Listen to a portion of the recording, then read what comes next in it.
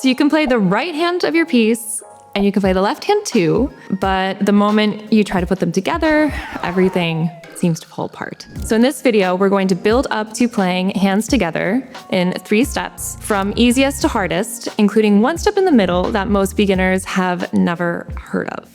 And it makes the whole jump so much easier. By the end, you'll have a method you can use tonight on whatever song you're learning right now. Hi, I'm Anna. I'm a piano teacher, and I work here at Flowkey, where we help adult beginners get to the moment where their playing actually starts to sound like music. First, let's talk quickly about why this happens, because if you believe that there's a wall that is talent, no exercise in the world will get you past it. You've done the sensible thing already. Right hand alone until it feels smooth, left hand the same, and each one on its own is ready. But then you put them together and suddenly your mind blanks. But what's actually happening is far less dramatic. You know the game where you pat your head and rub your stomach at the same time?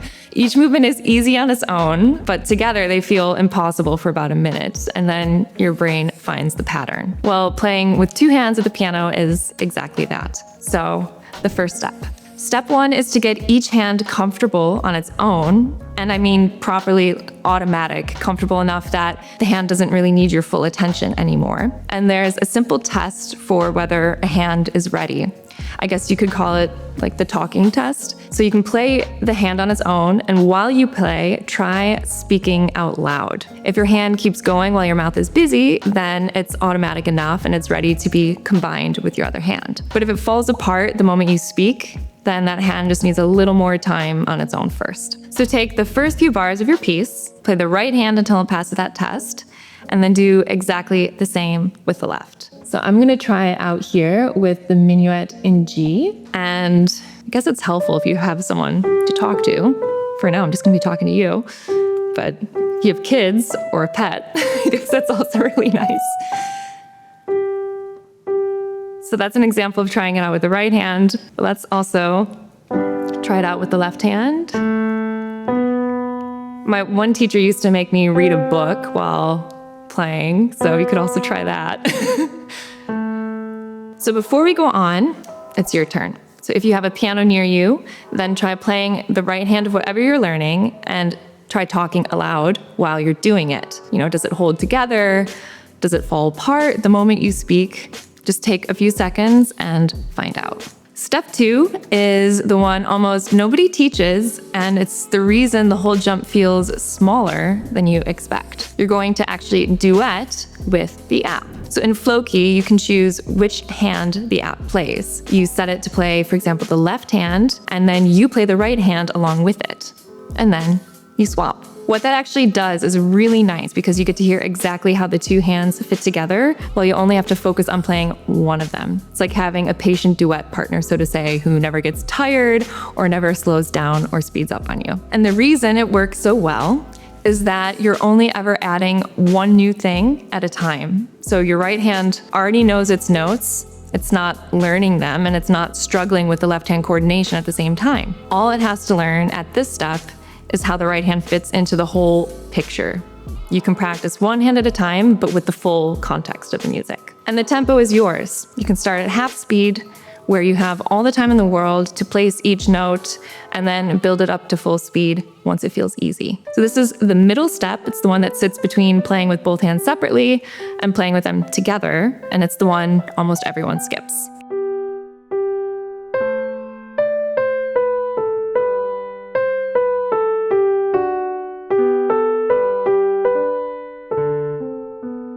So there you go. That's one example, the right hand, and we'll do the same with the left hand. One thing I really like about this feature is that it actually mimics what you would do in a real lesson with a real teacher. Often what happens there is you'll learn one part and then you will duet it with your teacher so that you start internalizing how the parts work together, again, while still only focusing on one hand. So that's why we have this feature available in the app, because it's a great intermediate step to get you to build that skill to hands together playing. Quick pause here, because if you've been stuck at exactly this wall, the duet step is something you can try right now today on a song you really want to master. So open flowkey, find the piece that you've been working on, and set it to play the left hand, and then you can join in with the right. Trying out these features is exactly what the free trial is there for. The link is in the description. Step 3, and now we're bringing the hands together for the first time, but broken down into smaller chunks. So maybe just 2 bars or 4, played slowly and on repeat. So let's return to our example piece, the Minuet in G, and I'll show you how this looks in practice.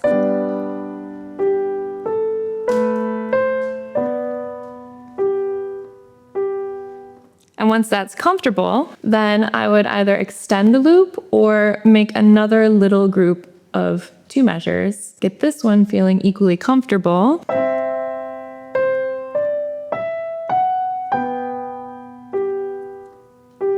And then I would kind of stitch them together so that we remove any hesitation from the transition.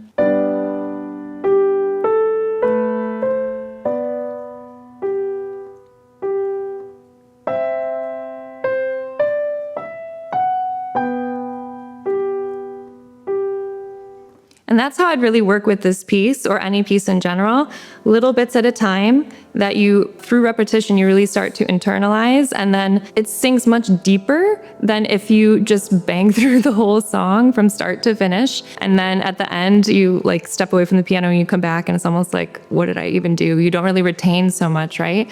But I don't know if this is true neuroscience, but you need that repetition to really build the physicality of what we're playing here and how everything goes together. So picking a small bit and really doing a lot of repetition, not just like mindless repetition, really paying attention to how everything feels, how everything locks in, how it sounds, where the hands are playing together, where they're not playing together. There's a lot to focus on there. And the more you repeat it, the more quickly that you will really internalize it and master it. And one small trick that can really help here is counting aloud as you play, so that both hands lock into the same steady pulse instead of drifting apart or changing speeds as you go along. It might feel a bit funny at first, but I promise it works. 1 and 2 and 3 and 1 and 2 and 3 and 1 and 2 and 3 and 1 and 2 and 3.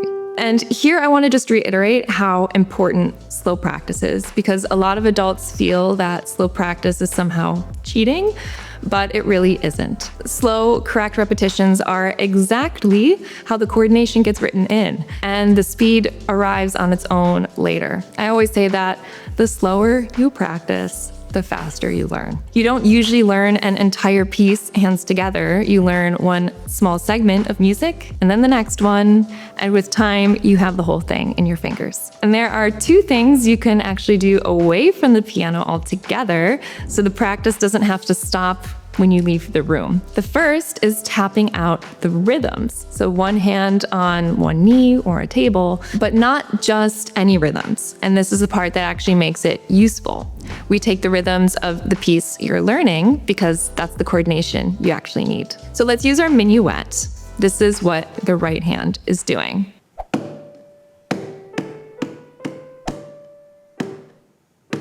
And then this is what the left hand is doing underneath it. It's a completely different pattern, as you can hear, a little bit slower, not as many notes in the left hand. And now, both of them together. And this is the moment you feel where they line up and where they don't, which is exactly what your hands have to learn at the keyboard.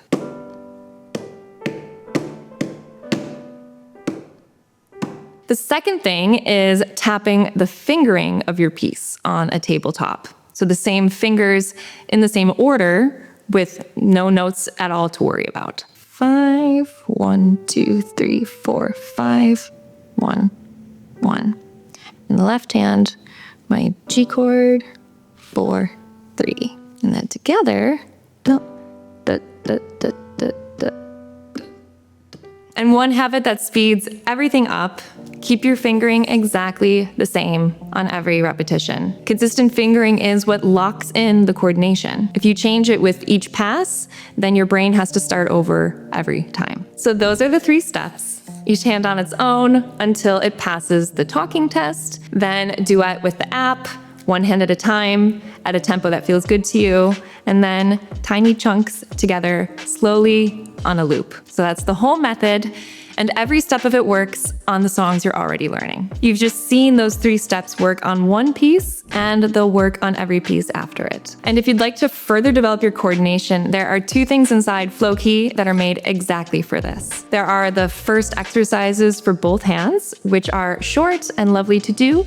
And then there's a whole course on playing with both hands, which is honestly one of the courses people come back to the most. The 2 of them together are a really nice way in. It's free to get started, and the link is in the description. And if you'd like to see where all of this fits inside a full practice session, we've made a 20-minute beginner routine, and we'll link it right here. Thanks for watching, and we'll see you in the next video.